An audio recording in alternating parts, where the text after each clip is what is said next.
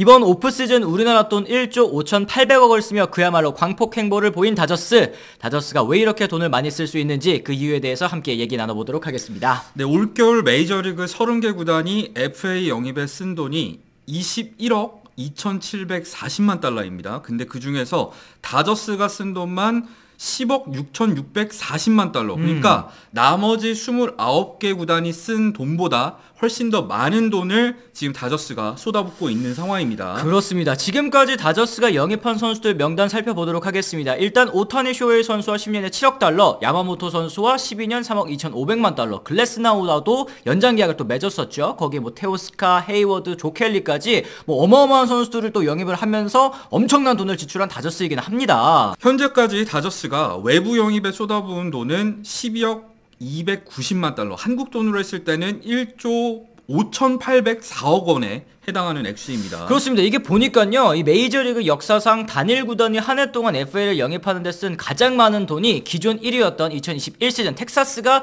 시거 시미언 샀을 때 있지 않습니까? 그때가 5억 5,600만 달러였는데 이 금액을 2배 이상 뛰어넘는 또 지출이더라고요. 네, 그러면서 다저스의 지금 현재 사치세 기준 연봉 총액은 2억 9,395만 달러가 됐는데요. 이는 억만장자 구단주죠. 스티브 코엔이 있는 이 뉴욕 매치에 이어서 30개 구단 중에서 2위에 해당하는 액수입니다. 그렇습니다. 물론 뭐 다저스가 그동안에도 돈을 많이 쓰는 팀이기는 했습니다. 지난 2012년 구겐하임 그룹이 인수한 다음에도 역시 그랬었는데요. 하지만 이 정도로 FA 영입에 진심이었던 적은 저는 없었다고 생각이 들거든요. 그렇죠. 다저스의 야구 운영 부문 사장 앤드류 프리드먼이 계속해서 운영 목표를 이렇게 밝혔었죠. 지속 가능한 강팀이다라고 말을 했었는데, 그렇기 때문에 다저스 같은 경우에는 다른 빅마켓 구단과는 다르게 이 팜 시스템을 통해서 유망주를 꾸준히 육성하고 지키는 데 최선을 다해왔습니다. 그러다 보니까 실제로 프리드먼이 집권한 이후에 다저스가 1억 달러 이상 또 5년 계약 이상을 준 외부 선수는 무키 배츠 그리고 프레디 프리먼 정도라고 봐야겠죠. 그렇습니다. 그 중에서 뭐 배치 같은 경우에도 트레이드 이후에 연장 계약이었다는 걸 생각을 해봤을 때 지금 이 오프 시즌 다저스의 행보는 팬 여러분들께서도 굉장히 또 낯설 수밖에 없다라는 생각이 들긴 합니다. 네, 그랬을 때 왜 다저스가 올겨울 미친 듯이 돈을 쓰는 걸까 한번 얘기를 해보자면은 가장 쉽게 생각할 수 있는 이유는 역시 우승을 위해서가 아닐까 싶습니다. 그래요. 앞서 오타니 선수도 다저스 이적을 결심한 이유로 지난 10년간 성과에도 불구하고 다저스가 우승에 목마른 팀이라고 느꼈기 때문이다. 이걸 이제 수뇌부와의 미팅에서 느꼈다라고 얘기를 했었던 게 기억이 납니다. 그렇죠. 지난 2013년부터 11년 연속으로 다저스가 가을 야구에 진출하긴 했습니다만 사실 월드 시리즈 우승은 단축 시즌으로 치러졌었던 2020년 한 번밖에 없었잖아요. 이 때문에 사실은 안티팬들 사이에서도 상당히 많은 조롱을 받기도 했었죠. 그렇기 때문에 이 162경기 체제, 정상 체제에서도 우승을 차지하고 싶은 열망이 분명히 프런트도 있을 것이고, 그렇기 때문에 대규모로 투자를 했다라고 생각을 할 수 있는데 저는 여기에서 그치지 않는다고 생각을 합니다. 그렇습니다. 왜냐하면 사실 메이저리그가 돈만 많이 쓴다고 해서 우승하는 리그가 아니기 때문이라는 생각이 좀 드는데요. 다저스 이 프런트, 이 프리드먼 사장도 당연히 이런 생각하고 있을 것 같거든요. 그랬을 때 저는 다저스의 진짜 진정한 목적은 역시 흥행이 아닌가 생각을 합니다.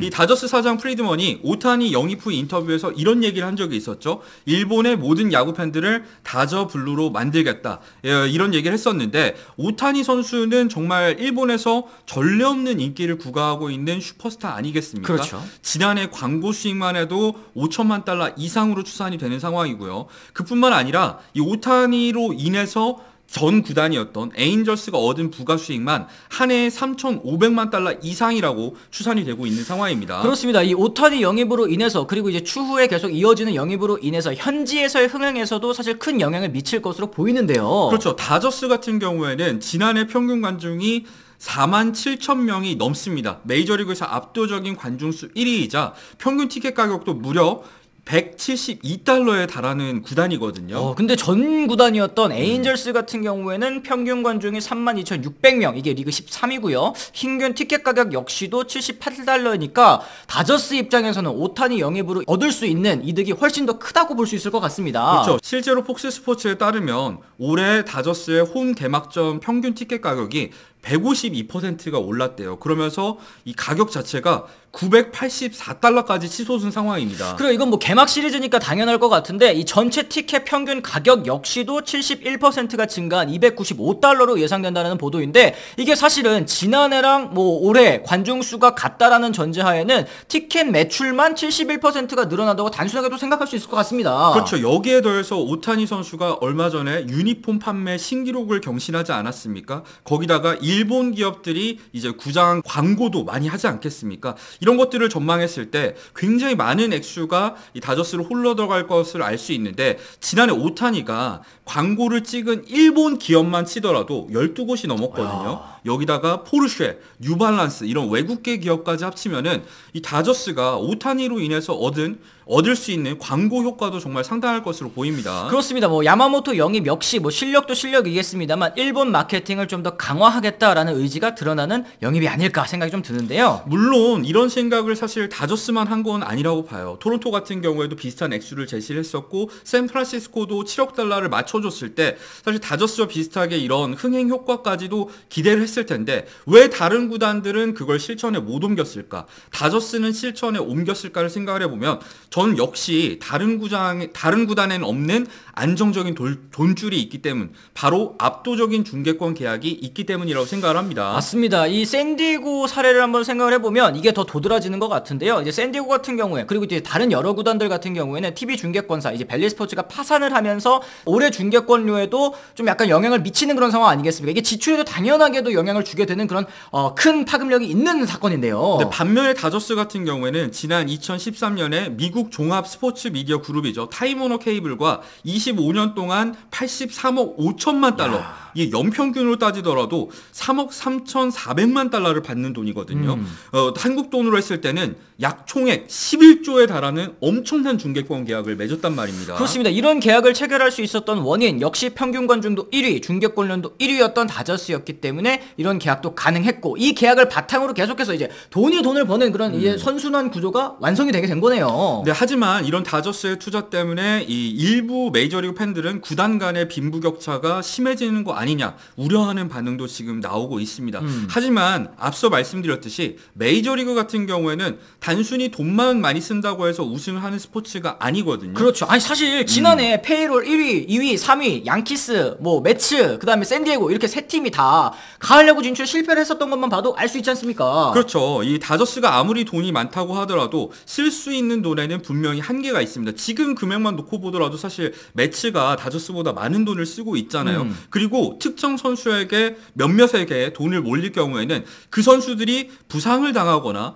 이 장기적으로 봤을 때 기량이 하락을 하게 된다면 엄청난 후폭풍으로 돌아오게 된다는 거 사실 우리가 많은 팀들을 통해서 봐왔었잖아요. 그렇습니다. 그런 점들을 생각했을 때 다저스의 투자는 단순히 돈만 본 게 아니라 다저스 입장에서도 상당한 리스크를 지고 팬들을 위해서 좋은 전력을 만들었다고 볼 여지가 있거든요. 그렇습니다. 거기다가 사실 이제 사치세 도입 후에 빅마켓 구단들의 투자 같은 경우에는 결국에는 수익 공유를 통해 스몰 마켓에게도 재정적으로 큰 도움이 되는 거 아니겠습니까? 네, 실제로 지난해 스몰 마켓 구단들이 받은 평균 이 수익 공유금이 무려 구단당 7천만 달러에 해당하거든요. 이거는 사실 매츠, 다저스, 양키스 같은 돈을 많이 쓰는 구단들이 있기 때문에 스몰 마켓도 혜택을 보고 있다라고 볼 수 있는 부분이죠. 그렇습니다. 이제 그랬을 때 오히려 리그 흥행 측면에서도 다저스가 이렇게 슈퍼팀을 꾸리는 거 뭔가 좀 반응이 올 것 같아요. 사실 리그에는 이 빠와 까를 모두 미치게 하는 그쵸. 이런 슈퍼팀이 필요한 법이거든요. 과거에 압도적인 연봉 총액 1위이자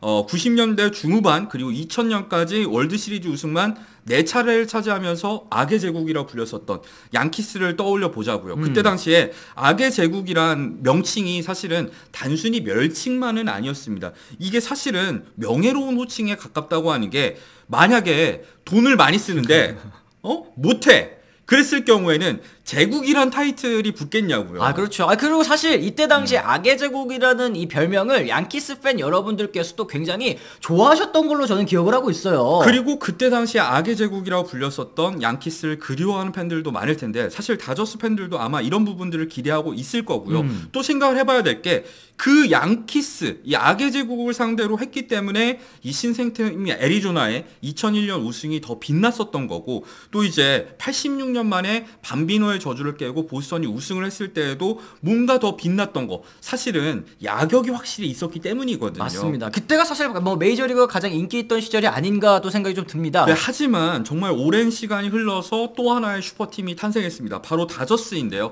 이제 다저스가 새로운 악의 제국이 돼서 이 메이저리그의 흥행을 다시 한번 이끌 수 있을지 정말 기대가 됩니다. 그렇습니다. 벌써부터 뭐 다저스를 잡아보자라는 이제 분위기가 이 29개 구단에서 형성이 되고 있으니까 다저스가 정말 우승을 또 차지할 수 있을지, 그리고 만에 하나 우승을 하지 못하더라도 이 리그의 흥행에는 굉장히 또 도움이 되는 그런 이제 포인트라고 생각이 또 들기도 합니다. 네, 그랬을 때 다저스 팬들에게는 올 겨울이 정말 행복한 겨울이 되지 않았을까 싶은데 어떤 결과로 이어질지 좀 더 지켜보도록 하겠습니다. 알겠습니다. 오늘 영상 보신 분들 저희 댓글도 좀 많이 부탁을 드리고요. 또 좋아요와 구독, 알람 설정까지도 반드시 부탁을 드리도록 하겠습니다. 저희는 또 다른 소식과 함께 돌아오겠다는 말씀 전해드리면서요. 오늘 이만 물러가 보도록 하겠습니다. 지금까지 시청해주신 분들 모두 감사합니다. 고맙습니다.